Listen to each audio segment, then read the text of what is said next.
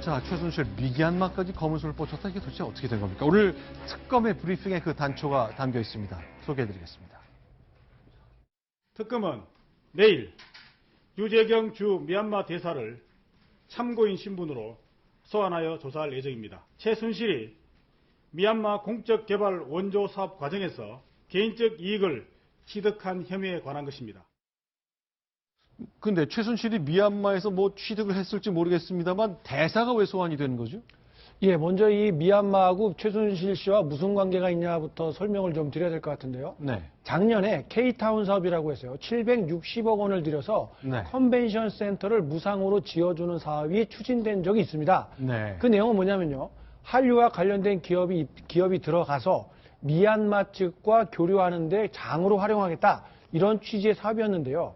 특검이 적용하고 있는 것은 최순실 씨가 이 사업과 관련해서 어떤 쪽인지 모르겠습니다만 알선수재, 즉 어떤 기업으로부터 돈을 받았다. 이런 혐의를 포착하고 수사 중인 것으로 확인이 되고 있습니다. 아직 저개발국인 미얀마, 지금 이명박 대통령이 5년 전에 방문했을 때 그때 모습인데 저곳에 큰 빌딩 지어준다. 우리나라가 정부에서 돈으로 지어서 그냥 무상으로 제공한다. 그러나 입점하는 과정에 이때 무슨 혜택을 보는 데서 돈을 받았을지 모르겠다. 그것이 질문 포인트군요. 지금 이제 추정인데요. 특검에서 명확한 내용이 확인이 되지 않았습니다만 760원, 어쨌든 우리 정부 예산을 들여서 그쪽에다가 큰 토지는 제공을 받습니다만 건물은 우리 돈으로 들여서 지어야 됩니다.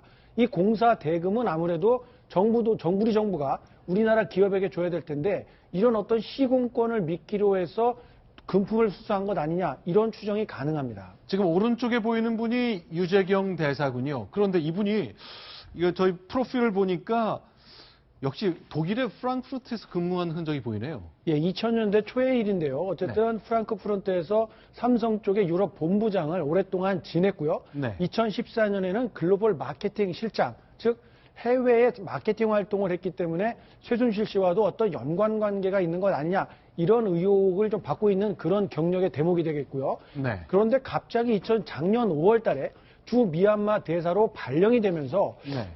왜 이렇게 외교 경력도 없는 민간 기업의 임원이 대사를 맡지라고 여러 가지 추측이 나왔습니다만 당시에는 본인도 나도 왜 그쪽으로 발령이 나는지 모르겠다라고 언론 인터뷰를 통해서 밝혔을 정도로 좀 의아한 대목이 있었습니다. 네, 일단 유재경 대사 소환됩니다만 이제 참고인 자격이고요. 이런 상황이어서 과연 어떤 일이 어떻게 벌어졌을지 이제 의심하기는 인사나 이런 데 개입한 것 아닌지, 그리고 이 과정에서 사업상 편익을 얻으면서 여러 가지 알선 수재 가능성을 모색한다는 것이 특검의 설명이었습니다. 손이 안 뻗치는 것이 없다 할 정도까지인데 이제 미얀마까지 거론이 되고 있습니다.